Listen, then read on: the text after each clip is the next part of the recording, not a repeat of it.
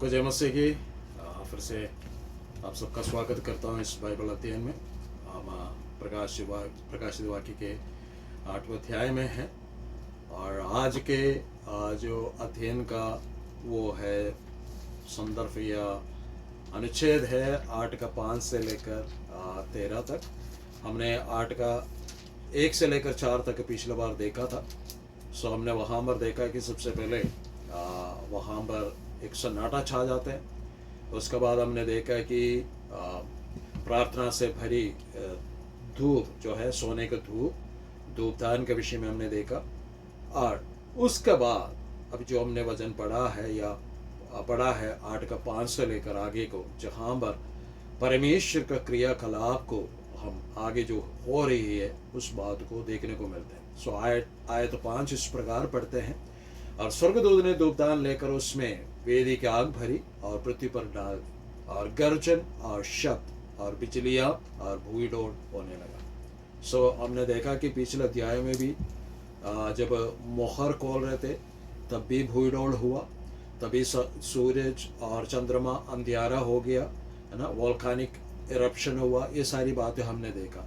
तो यहाँ पर जब जो है तुरहियां फूंकने वाले हैं तब क्या होने वाला है, 7वां मोहर खोलने पर भी फिर से भूडोल और आसमान से बिजलियां होने लगा। इसके विषय में यहेजकेल नबी 10 अध्याय उसका दूसरी आयत में इस प्रकार कहता है, तब यहोवा ने उस सन के वस्त्र पहने हुए पुरुष से कहा, घूमने वाले पहियों के बीच करूबों के नीचे जा और अपनी दोनों मुट्ठियों को करूबों के बीच के अंगारे से भरकर नगर पर चित्रा दे। सो वह मेरे देखते देखते उनके बीच में गया। सो यहाँ पर यहेजकेल इस दर्शन को देखते हैं जहाँ पर परमेश्वर के स्वर्गदूत को परमेश्वर आज्ञा देते हो, आज्ञा देते कि करूबों के बीच में जाकर उस बलिवेदी से अंगार निकाल कर पृथ्वी पर डाल दे। सो यहाँ पर जो प्रकाशित वाक्य की किताब में हम देखते हैं कि स्वर्गदूत उस अंगारे को भरकर पृथ्वी पर डालते हैं, और पृथ्वी पर डालने के बाद वहां पर हाहाकार मच जाते हैं।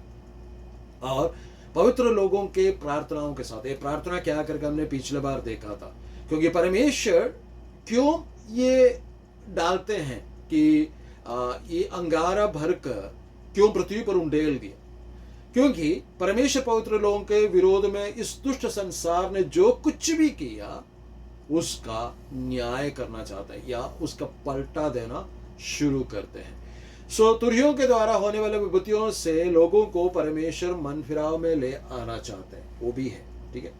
बेशक परमेश्वर लोगों के ऊपर अपना पलटा ले रहे, अब ये सारे बातें विपत्तियां डाल रहे, तब भी परमेश्वर एक मौका फिर से लोगों को देना चाहते कि वो मन फिराव में आए। हमने पिछला बार भी इस बात को देखा। परमेश्वर ने 1,44,000 यहूदा गोत्र में से सुसमाचार प्रचारकों को अभिषेक करके, उन्हें अलग करके, उनके द्वारा अपने सुसमाचार जाति जातियों में फैला रहे। सो परमेश्वर इन क्रोधाग्नि जब उंडेल रहे हैं तब परमेश्वर और एक मौका उनको देते हैं। सो पहला तुरही में हम देखते हैं कि एक भयानक तूफान को लाता है, जैसे कि हमने देखा कि जिससे लहू मिले हुए ओले और आग उत्पन्न होता है, जैसे कि 8 का 6 और 7 में पहला तुरही हम देखते हैं। और वे 7 तो स्वर्गदूत जिनके पास 7 तुरहियां थी फूकने को तैयार हुए, पहले स्वर्गदूत ने तुरही फूकी और लहू से मिले हुए ओले और आग उत्पन्न हुई और पृथ्वी पर डाली गई, और पृथ्वी के 1/3 जल गई और सब हरी घास भी जल गई। सो सबसे पहला तुरही जब फूंकते हैं, वचन में लिखा है कि वहां पर क्या है, लहू से मिले ओले और आग उत्पन्न होता है। और ये कहां गिरते हैं, पृथ्वी के सारे वृक्षों पर, घासों पर गिरते हैं और 1/3 जो है जल जाते हैं। जब हम उत्पत्ति किताब पहला अध्याय उसके 11वीं आयत को पढ़ते हैं, जब परमेश्वर ने सूरज को बनाया, चंद्रमा को बनाया, आकाश के क्या बोलते पानी और भूमि का पानी को अलग करने के बाद सबसे पहला सृष्टि इस पृथ्वी पर जो करते हैं वो है हरी घास, तरह तरह का पेड़ उगने के लिए परमेश्वर कहते हैं वहां पर पहला सृष्टि होते हैं। और जब तुरही फूका जाता है, सबसे पहला तुरही फूका जाते हैं तो क्या हो जाता है कि सबसे पहला न्याय परमेश्वर का पलटा जो है हरी घासों पर, पेड़ों पर, पौधों पर गिरते हैं। और वहां पर 1/3 संसार के 1/3 या पृथ्वी के 1/3 घास जल जाते हैं। अब सोच लीजिए 1/3 जब घास जल जाएगा, पेड़ जल जाएगा, तो क्या परेशानी होने वाला है ना। जो भेड़ बकरियों को चराते हैं, जो गाय बैल रखते हैं, उनका पास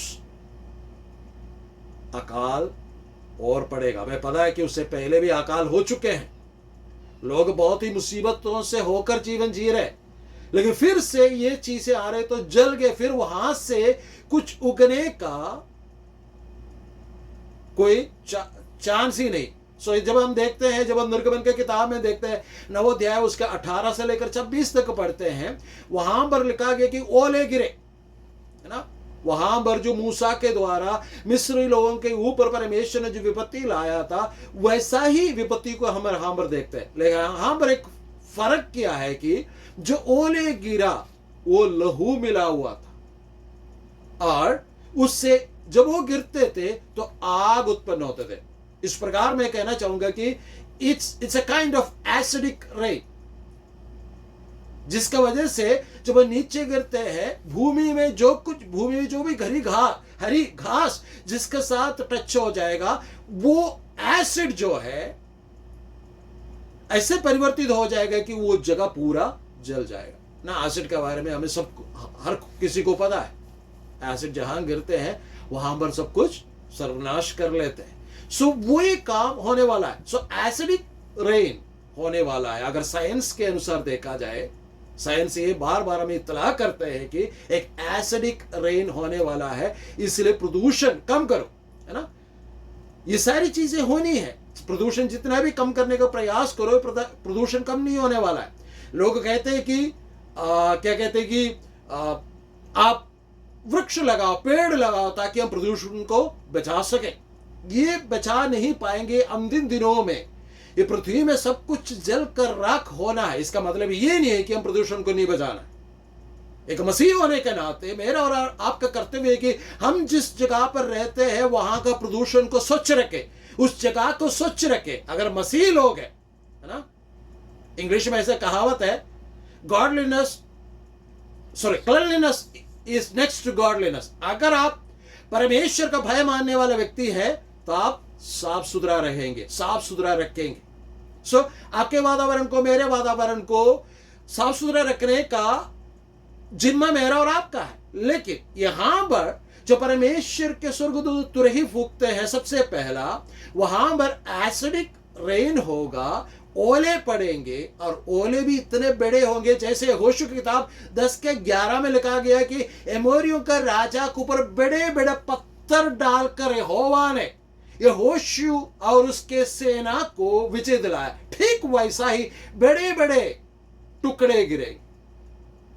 आज छोटे छोटे जो टुकड़े गिरते हैं वो नहीं, उससे बढ़कर जैसे कि 2 किलो का, 4 किलो का, 8 किलो का, 10 किलो का तक का ओले गिरने वाले हैं। लेकिन वे सब एसिड से भरे होंगे, जिसका वजह से आग जलेगी, जिसका वजह से सारे पृथ्वी के 1/3 हरे पेड़, हरे घास जलकर राख हो जाएंगे। सो इसके विषय में एहezकेल नबी के द्वारा परमेश्वर क्या कहते हैं, जब हम वचन पढ़ेंगे एहezकेल किताब में, उसमें इस प्रकार लिखा गया कि 38 अध्याय का 22 आयत से लेकर, और मैं मरी और खून के द्वारा उससे मुकदमा लड़ूंगा, और उस पर और उसके दलों पर और उन बहुत सी जातियों पर जो उसके पास होंगी मैं बड़ी जड़ी लगाऊंगा, और ओले और आग और गंधक बरसाऊंगा। फिर लिखा है 23 आयत में, इस प्रकार मैं अपने को महान और पवित्र ठहराऊंगा और बहुत सी जातियों के सामने अपने को प्रकट करूंगा, तब वे जान लेंगे कि मैं यहोवा हूं। सो मैंने ये बात पहले शुरू में कहा था कि जब परमेश्वर तुरहियों के द्वारा कष्ट इस धरती पर भेज रहे, न्याय इस धरती पर भेज रहे, परमेश्वर अपना पलटा ले रहे, तब भी परमेश्वर क्या करते हैं कि अपने आप को लोगों के सामने महान प्रकट करते हैं, जिसके द्वारा जो उस पर विश्वास करेगा उसे उद्धार पाने का मौका जरूर मिलेगा। ठीक है, ये सब कुछ परमेश्वर जब क्या बोलते हैं कि इसको नाश करने का प्रयास जब कर रहे, तब भी परमेश्वर अपना महानता इसके द्वारा प्रकट करते हैं। फिर अगली जब हम पढ़ेंगे 8 का 8 और 9 में आए, उसमें इस प्रकार लिखा है, प्रकाशित वाक्य 8 के 8 और 9, और दूसरे स्वर्गदूत ने तुरही की फूकी तो मानो आग से जलता हुआ एक बड़ा पहाड़ समुद्र में डल गया, और समुद्र के 1/3 लहू हो गया, और समुद्र के 1/3 सृजी हुई वस्तुएं जो सजीव थी मर गई, और 1/3 जहाज नाश हो गया। सो दूसरा तुरही, मैसिव वोल्केनिक एक्सप्लोशन, है ना, ज्वालामुखी का फटना। अभी हमें पता कि पिछला हफ्ता क्या हुआ है ना, रशिया के समुद्र में, है ना, तट में एक क्या कहते हैं मैसिव सुनामी आया, जिसका वजह से जापान में बहुत सारे परेशानी हुआ, और कई देशों में आने वाले दिनों में बहुत सारे क्या कहते हैं विपत्तियां या कई प्रकार के नाश, सर्वनाश होने वाला है। ठीक वैसा ही यहां पर कहा कि दूसरा जो स्वर्गदूत ने तुरही फूका तो क्या होता है कि वहां पर वचन में लिखा है कि आग सा जलता हुआ एक बड़ा पहाड़ समुद्र में डाला गया। जब साइंटिफिकली इसको देखा जाए, ये आग सा जलता हुआ पहाड़ क्या है? वोल्केनिक इरप्शन, ज्वालामुखी फटेगा। इसके विषय में हमने 2-3 सप्ताह पहले सीखा था, जब हम क्या होता है मोहरों के विषय में सीख रहे थे, तब हमने सीखा था इसके विषय में। सो ज्यादा गहराई से मैं बताना नहीं चाहता, लेकिन कुछ आंकड़े मैं आपका सामने रखना चाहता, जिसके द्वारा हम इस बात को गहराई से समझ पाए परमेश्वर कैसे पलटा लेते हैं। सो यहां पर लिखा है कि समुद्र के 1/3 में सृजी हुई जितने भी वस्तु है वे वस्तु सारे मर जाएगी, और 1/3 जो है लहू हो जाएगा समुद्र का। और क्या होगा, वहां पर जहाज जो होते हैं वो भी 1/3 मर जाएगा। सो ये विस्फोट इसी प्रकार का होगा कि एक एटम बॉम्ब डालने पर जिस जैसे विस्फोट होता है वैसे, है ना। कई ऐसे जगह है जहां से ज्वालामुखी फटकर समुद्र में गिरते हैं, और वहां पर लोग क्या कहते हैं कि अपने विनोद यात्रा के लिए चले जाते हैं, उस बात को देखने के लिए चले जाते हैं, लेकिन उस समय इतना भयंकर हो तो उससे निकलने वाली सारी चीजें लोगों को लगा कि एटम बॉम्ब फोड़ा गया है। ठीक है, और इसके चलते क्या होगा, ऊपर हमारे आसमान में जितने भी बादल होंगे, है ना, पानी बाष्पीकरण होकर जो गया है, अब पानी वहां से बरसात या बारिश होनी है। लेकिन ज्वालामुखी फटने के द्वारा, मैंने आपसे पिछला बार भी कहा था कि सूरज और चंद्रमा में फर्क आएगा, पृथ्वी कोल्डर बनेगा और भी ठंडा हो जाएगा। सो वहां पर ऊपर जो लोगों के सिर के ऊपर जो बादल होगा जिससे बारिश होनी है, बारिश के बजाय वो क्या बन जाएगा, वो ओले बनकर नीचे गिरेगा, बड़े बड़े ओले बनकर नीचे गिरेगा। इसलिए कहते हैं कि उसको अलग अलग जगह पर फैला हुआ गिरता हुआ देखा है। ठीक है, एक पहाड़ सा आया लेकिन अलग अलग जगह पर फैलकर बड़े उसमें से गिरते हुए देखा गया है। सो वहां पर होगा, समुद्र जीव में से 1/3 मर जाएंगे। आपको पता है कि फिशरिंग एक बहुत बड़ा व्यवसाय है, कई देशों का, इवन हमारे भारत का भी आर्थिक व्यवस्था उस पर टिकी है। और आपको पता है कि एक दिन में कम से कम या औसतन 2,73,000 टन फिश पकड़ा जाता है। 2,73,000 टन फिश पकड़ा जाता है। लेकिन जब यह तुरही फूकेगा उसमें से 1/3 मर जाएंगे। अगली बात यह है कि 1/3 जहाज टूटकर नाश हो जाएगा, नष्ट हो जाएगा। और आपको पता है कि समुद्री जहाजों में से 1/3 कैसे नष्ट होगा और कितना है। आज के अगर डेटा लेकर देखें, एक दिन में समुद्र के अंदर कम से कम 50,000 मर्चेंट शिप्स है। 50,000 मर्चेंट शिप एक दिन में समुद्र पार करते हैं या समुद्र से अपना यापन करते हैं, अपना सफर करती हैं।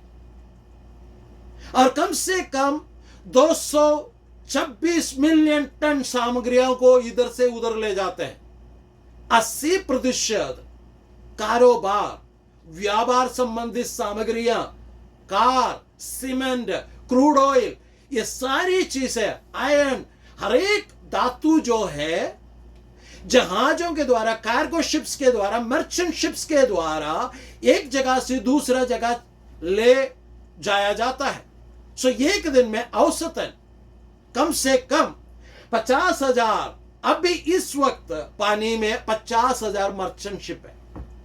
उसमें से 1/3 इस तुरही को फूकने के द्वारा नष्ट हो जाएगा। आप कैलकुलेट करके देखिए कितने की नुकसान उस समय इस पृथ्वी पर रहने वाले लोगों के लिए होने वाला है। उस समय इस पृथ्वी पर रहने वाला देशों के लिए, स्थायी देशों के लिए कितने मुश्किलों का सामना करना पड़ेगा, इस बात को ख्याल रखिएगा।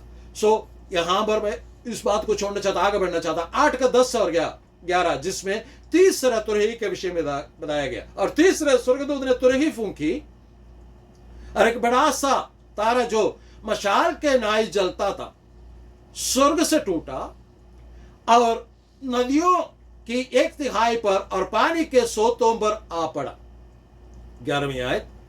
और उस तारे का नाम नगदोना कहलाता है और 1/3 पानी नगदोना सा कड़वा हो गया है और बहुत तेरे मनुष्य उस पानी के कड़वे हो जाने से मर गए। उपग्रहीय द्रव्यमान। तीसरा तुरही, पहला तुरही में क्या होने वाला है,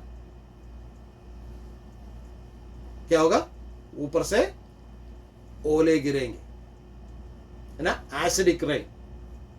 दूसरे में क्या होगा, वोल्कानिक, है ना, ज्वालामुखी फटेगा जिसका वजह से 1/3 समुद्र खत्म हो जाना है। तीसरा है एक उपग्रह गिरेगा या एक ग्रह गिरेगा। हो सकता है कि उपग्रह हो या कोई ग्रह हो, है ना, हमारे अंतरिक्ष में गैलेक्सी से गिरेगा। और ये जो है इसका असर पानी के सिस्टम में होगा, पानी में हो, पीने वाला पानी खराब हो जाएगा, कड़वा हो जाएगा। और लोग इस बात को जाने बिना, पहचाने बिना इस पानी को पिएंगे और मर जाएंगे। और इस तारे का नाम नगदोना लिखा गया है। और नगदोना के विषय में परमेश्वर का पवित्र वचन में कई जगहों पर लिखा हुआ है। ये एक प्रकार के जड़ी बूटी है, क्या बोलते हैं, नगदोना, और सबसे कड़वा चीज होता है। और कई बार जब लोग इतना ज्यादा डेवलप्ड नहीं हुए, सोफिस्टिकेटेड नहीं हुए, तब लोग जो गांव में प्रांतों में, है ना, रहने वाले लोग मछली पकड़ने के लिए इस इस्तेमाल किया जाते थे। एक जगह का पानी को रोक दिया जाता था और इसको पानी में मिलाया जाता था। थोड़े ही मिलाए जाते थे, ज्यादा नहीं, थोड़े मिलाए जाते थे। और फटाफट मछली, है ना, अपने जान बचाने के लिए पानी को ऊपर आ जाते थे तड़पते हुए और उसे पकड़ लेते थे। और ज्यादा देर 5 से 7 मिनट अगर मछली रह गया वहां पर, वो मछली खाने लायक नहीं होता। सो नगदोना वो ऐसी चीज होगा, उपग्रह या ग्रह के गिरने के द्वारा पृथ्वी के पानी के सोतों पर गिरेगा, इसका प्रभाव पड़ेगा, जिसके पीने के द्वारा ना लोग मर जाएंगे। Contaminated water. नगदोना के विषय में और भी कुछ बातें परमेश्वर के वचन में लिखा है। जैसे कि अगर हम यिर्मयाह नबी की किताब 9 अध्याय उसका 13 से लेकर 15 तक पढ़े, वहां पर इस प्रकार लिखा गया कि नगदोना जो शब्द का इस्तेमाल किया गया उसे मूर्ति पूजा की ओर दर्शाया गया है। परमेश्वर कहते हैं इनके ये मुझे नगदोना कर देते हैं ये मूर्ति पूजा के द्वारा, इसलिए मेरा क्रोध भड़क उठा है। जब हम नीति वचन 5 का 3 से लेकर 5 को पढ़ेंगे, वहां इस शब्द का इस्तेमाल मूल भाषा में किया गया है जिसके अनुसार व्यभिचारी जीवन को दर्शाते हैं नगदोना। जब हम व्यवस्था विवरण 29 का 18 यिर्मयाह नबी की किताब 23 अध्याय पढ़ते हैं, वहां पर यह परमेश्वर का तिरस्कार करने को या परमेश्वर को अपमानित करने को दर्शाया गया। और जो कुछ भी इन नगदोना को पीते हैं या इस नगदोना के संपर्क में आते हैं, वे सब मर जाते हैं। एक एप्लीकेशनल बात मैं आपसे कहना चाहता हूं इन तीनों आयतों के द्वारा। यह है एप्लीकेशनल बात। जो मूर्ति पूजा करते हैं, परमेश्वर का पवित्र वचन में लिखा है कि वो परमेश्वर के नए यरूशलेम में प्रवेश नहीं करेंगे। इसके विषय में हम आगे अध्याय में, आखिरी अध्याय में पढ़ने वाला है। और उसी अध्याय में इस प्रकार लिखा है कि कोई भी व्यभिचारी परमेश्वर के उस नए यरूशलेम में प्रवेश नहीं करेंगे। परमेश्वर का तिरस्कार करने वाला, परमेश्वर का अपमानित करने वाला, वो कभी भी परमेश्वर के उस राज्य में, नए यरूशलेम में प्रवेश नहीं करेंगे। हम बचाए हुए लोग हैं, लेकिन हमारे अंदर अगर फिर से ये चीजें आ जाती है तो हम परमेश्वर के राज्य में प्रवेश होना हमारे लिए अनहोना है, क्योंकि नगदोना जो है मृत्यु को लाता है। इस बात का ख्याल रखें। और चौथा तुरही 8 का 12 में लिखा गया है, और चौथे स्वर्गदूत ने तुरही फूकी और सूर्य के 1/3 और चांद के 1/3 और तारों के 1/3 पर आपत्ति आई, यहां तक कि उनके 1/3 अंक अंधेरा हो गया और दिन के 1/3 में उजियाला ना रहा, वैसा ही रात में भी। चौथा जो तुरही है, इसको कहते हैं कि एक्लिप्स, क्या बोलेंगे उसको, ग्रहण, असीमित, असामान्य, अनोखी ग्रहण इस भूमि में आ जाएगा, जिसका वजह से दिन तो होगा लेकिन 1/3 दिन अंधेरा सा छाया रहेगा। रात तो होगा लेकिन रात में चंद्रमा 1/3 समय के लिए उजियाला नहीं देगा। इसके विषय में यशायाह नबी क्या कहते हैं, वो जब हम 13 का 9 पढ़ते हैं, वहां पर लिखा है, देखो यहोवा का वह दिन रोष और क्रोध और निर्दयता के साथ आता है कि वह पृथ्वी को उजाड़ डाले और पापियों को उसमें से नाश करे। 13 का 10 में इस प्रकार लिखा है, क्योंकि आकाश के तारागण और बड़े बड़े नक्षत्र अपना प्रकाश नहीं देंगे और सूर्य उदय होते होते अंधेरा हो जाएगा और चंद्रमा अपना प्रकाश ना देगा। 13 का 11 लिखा है, क्यों? क्योंकि मैं जगत के लोगों को उनकी बुराई के कारण और दुष्टों को उनके अधर्म का दंड दूंगा। मैं अभिमानियों और अभिमान को नाश करूंगा और उपद्रव करने वालों के घमंड को तोड़ूंगा। परमेश्वर सब कुछ क्यों कर रहे? क्योंकि दुष्ट लोगों को दंड देने के। एस्केल 32 का 7 क्या कहता है, जिस समय मैं तुझे मिटाने लगूं उस समय मैं आकाश को ढांपूंगा और तारों को धुंधला कर दूंगा। मैं सूर्य को बादल से छिपाऊंगा और चंद्रमा अपना प्रकाश नहीं देगा। और 32 का 8 एस्केल इस प्रकार कहता है, आकाश में जितने भी प्रकाशमान ज्योतियां हैं उन सबको मैं तेरे कारण धुंधला कर दूंगा और तेरे वंश देश में अंधकार कर दूंगा। परमेश्वर यहोवा की यही वाणी है। चौथा तुरही फूंकते वक्त असामान्य, असीमित, अनोखे ग्रहण होता रहेगा। और आपका पता है कि सूरज चंद्रमा अगर प्रकाश नहीं देंगे इस इकोलॉजिकल सिस्टम में, है ना, भूमि के इको सिस्टम में कितने की फर्क आने वाले हैं।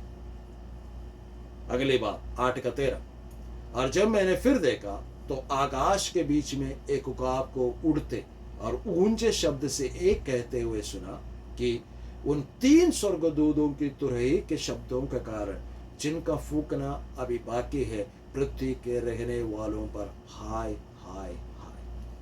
अर्थात ये 4 तुरहियां जो था वो सीधे सीधे उसका असर पृथ्वी पर पड़ रहे थे, है ना, नेचुरल सब्सटेंस में पड़ रहे थे। लेकिन 5वां से लेकर जो तुरहियां भी फूकना है बाकी है, उसके फूके जाने पर क्या होगा? यहां पर लिखा है कि पृथ्वी के रहने वालों पर हाय हाय हाय। सीधे सीधे मनुष्य के ऊपर, सारे जंतु जानवरों के ऊपर इसका प्रकोप पड़ने वाला है। और यहां पर लिखा है कि जब मैंने देखा तो क्या देखा? आकाश के बीच में एक उकाब को उड़ते और ऊंचे शब्द से कहते हुए सुना। ये उकाब कौन है? कोई पक्षी है? नहीं। हमने देखा परमेश्वर का सिंहासन के सामने 4 जीवित प्राणी थे और एक का मुंह उकाब के नाई था। सो यहां पर जो उकाब शब्द इस्तेमाल किया किसी पक्षी के विषय में नहीं कह रहे, लेकिन उनमें से एक स्वर्गदूत जो परमेश्वर के पिता परमेश्वर के सिंहासन के सामने खड़े हुए 4 जीवित प्राणियों में से एक उड़कर आकाश मंडल में इस प्रकार जोर से कहने लगा कि पृथ्वी पर रहने वालों पर हाय हाय हाय। क्योंकि 5वें जो है तुरही जो है बहुत बड़ा परेशानी को लेकर आए। उसी समय में इस धरती पर क्या होने वाला है, उस समय में, उस समय काल में या एक साथ क्या होने वाला है कि एंटी क्राइस्ट का जो मोहर लगाने का, मसीह विरोधी का मोहर लगाने का काम चल रहा है ना। 9 अध्याय में हम इस विषय को पढ़ने वाले हैं, 4 आयत। और जो उस बात को तिरस्कार करेगा उसे काट डाला जाएगा। लेकिन जैसे कि मैंने 6वें अध्याय में 7वें अध्याय में पढ़ा है, परमेश्वर अपने चुने हुए लोगों के ऊपर अपने मोहर लगाकर रखता है। इतना बड़े विपत्ति 7वां मोहर खोलने पर अगला 7 तुरहियों का फूका जाना जरूरी है। पहला, दूसरा, तीसरा, चौथा हमने देखा है। सो मेरे और आपके जीवन में हमारा कर्तव्य क्या बनता है? हमें परमेश्वर के सम्मुख में हमें मिला हुआ अवसर को बहुमूल्य जाना है और आपसी झगड़ा लड़ाई में रहने के बजाय, आपसी मन मुटाव में रहने के बजाय परमेश्वर के वचन को सही रीति से सीखे, वचन का सही व्याख्या करे, लोगों के पास परमेश्वर के वाणी पहुंचाए और लोगों को इत्तला करे कि ऐसी चीजें हमारे पृथ्वी पर होने वाली है। बाकी किसी भी लोगों के, है ना, नामचीन लोगों के भविष्यवाणियों से बढ़कर बाइबल के अंदर लिखे तमाम भविष्यवाणियां पूरी होते जा रहे हैं। अगर देखा जाए बाइबल के भविष्यवाणी के विषय में, कलीसिया के रैप्चर से पहले जितने भी भविष्यवाणी पूरा होना था, कलीसिया को उठा लिया जाने से पहले जितने भी भविष्यवाणियां पूरा होना था वो सब कुछ पूरा हो गया। एकमात्र भविष्यवाणी पूरा होने को भी बाकी रह गया है, वो है कलीसिया को उठा लिया जाने का। वो किसी भी वक्त परमेश्वर अपने कलीसिया को उठा लिया जाएंगे जब यीशु मसीह बादलों पर आएंगे, आखिरी नरसिंगा फूका जाएगा। क्या हम उस नरसिंगा के शब्द सुनकर प्रभु यीशु मसीह से मुलाकात करने के लिए बादलों में जाएंगे? जब बादलों में जब आप पहुंचेंगे, उसके बाद ये सारी चीजें हमारे इस पृथ्वी पर होना है।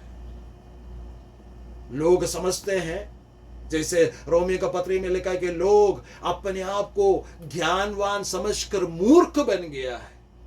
इकोलॉजिकल सिस्टम के विषय में, होने वाले पॉपुलेशन कंट्रोल के विषय में बातें करते हुए लोगों के दिमाग को एक जगह से दूसरे जगह की ओर ले जाते, लेकिन परमेश्वर का पास ले आने के लिए कोई तैयार नहीं। आज सो कॉल्ड प्रचारक, टेली इवांजलिस्ट लोगों को परमेश्वर से मनमोहित कर कर या परमेश्वर की ओर से परमेश्वर की तरफ ले जाने के बजाय परमेश्वर की ओर से उन्हें अपनी ओर ले जाते हैं। जो बाइबल में नहीं आई उसी प्रकार का प्रचार हो रहा है। लोग यीशु यीशु कहते हैं, लेकिन वचन सुनने वाला मेरा और आपका कर्तव्य है कि वास्तव में क्या ये वचन में लिखा है या नहीं लिखा है, और सही रीति से वचन की शिक्षा दे, लोगों को आने वाले इन क्लेशों से मुक्ति दिलाए। इसके लिए आपका बहुत बड़ा एक क्या बोलते हैं क्रूशियल रोल है, आपके एक बहुत बड़ा ना क्या कहते हैं कि सहयोग की जरूरत है। जैसे रोमियो के पत्र में लिखा है कि परमेश्वर का वचन का प्रचार करने के लिए लोगों को भेजा जाना चाहिए और विश्वास के द्वारा ये काम किया जाना चाहिए, और परमेश्वर का आगमन बहुत जल्द है। इसलिए मुझको और आपको प्रभु यीशु मसीह का आगमन से पहले, कलीसिया को उठा लिया जाने से पहले उस मिशन को पूरा करना। प्रभु आप सबको आशीष दे।